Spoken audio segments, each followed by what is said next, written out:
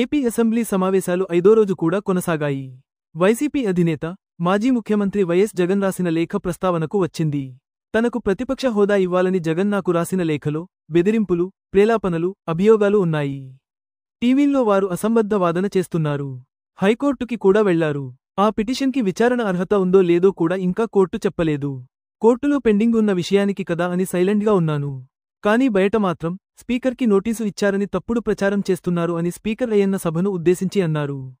ప్రతిపక్ష హోదా అర్హత గురించి జగన్కి తెలియక కాదు. ఇదే సభలో గతంలో చంద్రబాబు గారిని బెదిరిస్తూ నీకు ప్రతిపక్ష హోదా లేకుండా చేస్తానని బెదిరించిన సంగతి తెలిసిందే. అన్నీ తెలిసి కూడా జగన్ స్పీకర్పై చేస్తున్న తప్పుడు ప్రచారాన్ని సంధి ప్రేలాపనలు అనుకుని జగన్ని క్షమించి వదిలేస్తున్నా. మళ్లీ ఇదే రిపీట్ అయితే మాత్రం సభ మొత్తం కలిసి ఒక నిర్ణయం తీసుకోవాల్సి ఉంటుంది అని అయ్యన్న పరోక్షంగా జగన్ని హెచ్చరించారు. తెలుసు, ఈ 16వ శాసనసభలో సభ్యులైనటువంటి జగన్మోహన్ రెడ్డి గారు 24/6/2024 తేదీన నాకు ఒక లేఖ రాశారండి. ఆ లేఖలో అంతా చూస్తే అభియోగాలు, ప్రేలాపనలు, బెదిరింపులమయం, అంతకంటే ఏమీ లేదు. దానికి తోడు తనకు ప్రతిపక్ష నాయకుడి హోదా అర్హత ఉందంటూ అసంబద్ధ వాదన చేస్తున్నారు. మీరందరూ చూస్తున్నారు టీవీలో దీన్ని. కానీ ఆ లేఖలో ఎలాంటి ప్రత్యేక అభ్యర్థన లేదన్న విషయాన్ని మీరందరూ గమనించాలి. ఈ లేఖ రాసిన కొద్ది రోజుల తర్వాత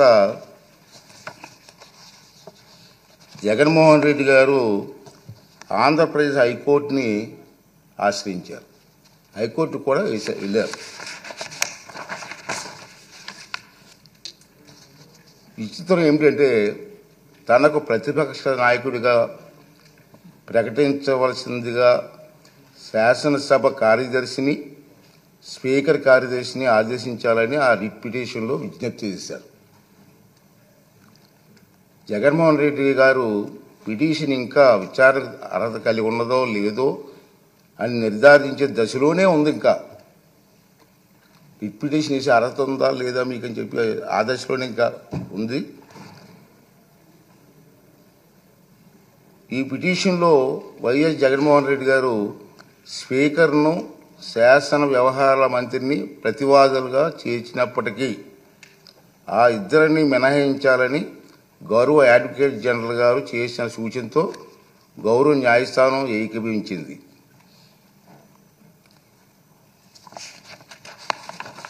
ఈ న్యాయ ప్రక్రియ కొలిక్కి వచ్చే వరకు వేచి చూద్దాం అనుకున్నాను నేను. ఇంకా కోర్టులో పెండింగ్ ఉంది, పెండింగ్ చూద్దాం అని అనుకున్నాను. కానీ ఇటీవల కాలంలో ఈ అంశంపై జగన్మోహన్ రెడ్డి గారు ఇంకా వారి పార్టీ నాయకులు చేస్తున్నటువంటి పలు వ్యాఖ్యలు నా దృష్టికి వచ్చాయి. మీరు కూడా టీవీలో చూస్తూనే ఉన్నారు. గౌరవ హైకోర్టు స్పీకర్కు సమన్లు జారీ చేసిందని, ఉత్తర్వులు జారీ చేయాలని స్పీకర్ను ఆదేశించిందని జగన్మోహన్ రెడ్డి చేస్తున్న వార్తలు వచ్చాయి. నిజానికి ఈనాటి వరకు హైకోర్టు జగన్మోహన్ రెడ్డి చేసినటువంటి పిటిషన్ విచారణ అర్హత ఉందో లేదో నిర్ధారణే ఇంకా జరగలేదు. వైఎస్ జగన్మోహన్ రెడ్డి గారు ఈ రకమైనటువంటి తప్పుడు ప్రచారం చేయడంలో ఆశ్చర్యపడవలసిన పని ఏమీ లేదని నేను అనుకుంటున్నాను. ఇంచేదంటే 24/6/2024 తేదీ లేఖలో రాసినటువంటి నిరాధార ఆరోపణల్లో ఆధారంగానే ఈ తప్పుడు ప్రచారం సాగించారు. కాకపోతే ఆ దఫా ఆయన కల్పిత వాదనలను, ఆకాంక్షలను గౌరవ న్యాయస్థానానికి ఆపాదించడానికి సైతం వెనకాడలేదు. దురదృష్టవశాత్తు ఇదే ఆయన సహజ శైలి, మనందరికీ తెలుసు. ఈ నిబంధనలు, సాంప్రదాయాలు ఉదాహరణలో జగన్మోహన్ రెడ్డికి తెలియదని చాలామంది అనుకుంటున్నారు. కానీ తప్పు. తెలుసు. ఎందుకంటే 2019 జూన్ 13న ముఖ్యమంత్రి హోదాలో ఆయన ఇదే సభలో ప్రసంగిస్తూ చెప్పిన మాటలు మనందరం గుర్తు చేసుకోవాల్సిన అవసరం ఉంది. చంద్రబాబు నాయుడు గారికి 23 మంది శాసనసభ్యులు ఉన్నారు, ఒక 5 కానీ రాజేస్తే ఆయనకు 18 మంది కూడా ఉండరేమో, ఈ హోదా 17 మంది ఉంటారు, అప్పుడు ఆయన ప్రతిపక్ష నాయకుడు స్టేటస్ కూడా ఉండదని చెప్పి ఇదే జగన్మోహన్ రెడ్డి గారు ఈ హౌస్లో మాట్లాడిన సంగతి మీ అందరికీ తెలుసు. మరి అది తెలియ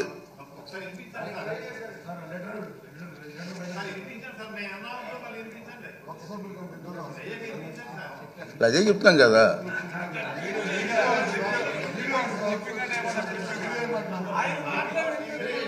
ఆయన మాటలు వినిపించాలా? అయితే మరి రికార్డు చేయాలి, మరి వినిపిద్దాం.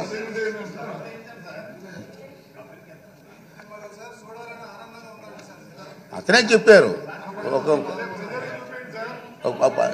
నీకు హోదా పోయేదానికి అవకాశాలు ఉన్నాయి. మరి తెలియదనే మాట అది వాస్తవం కాదని చెప్పని అందరికీ అర్థమవుతుంది. ప్రతిపక్ష నాయకుడిగా గుర్తింపు పొందాలంటే సభలో కనీసం 10% సంఖ్యాబలం ఉండాలన్నది నిబంధన గురించి ఆయనకి స్పష్టంగా తెలుసునని సభాముఖంగా ఆయన చెప్పిన ప్రసంగం రుజువు చేస్తుంది. ఇలా కోరి మతిమరుపు తెచ్చుకోవడం మాజీ ముఖ్యమంత్రిగా, మాజీ ప్రతిపక్ష నాయకుడిగా ఆయన హోదాకు తగిన కాదని నా అభిప్రాయం. రాజ్యాంగం సభా నిబంధనల ప్రకారంగా స్పీకర్కు దురుద్దేశాలు ఆపాదించడం సభా హక్కుల ఉల్లంఘన కిందకు వస్తుందని మీ అందరికీ తెలుసు. ఈ పాయింటే. అయినప్పటికీ వైఎస్ జగన్మోహన్ రెడ్డి ఇప్పటి వరకు సాధించిన దుష్ప్రచారాన్ని సంధి ప్రేలాపనలు అంటున్నాను. మా సైడ్ సంధి ప్రేలాపనలు అంటారండి. సంధి ప్రేలాపనలను పరిగణలోకి ప్రేలాపనలుగా పరిగణించి క్షమిస్తున్నాను. సభాపతి హోదాలో క్షమిస్తున్నాను. ఈ ధోరణి ఇలాగే కొనసాగితే భవిష్యత్తులో ఎలాంటి చర్యలు తీసుకోవాలనేది ఈ సభలోని సభ్యుల సమిష్టి విజ్ఞతకు వదిలేస్తున్నాను.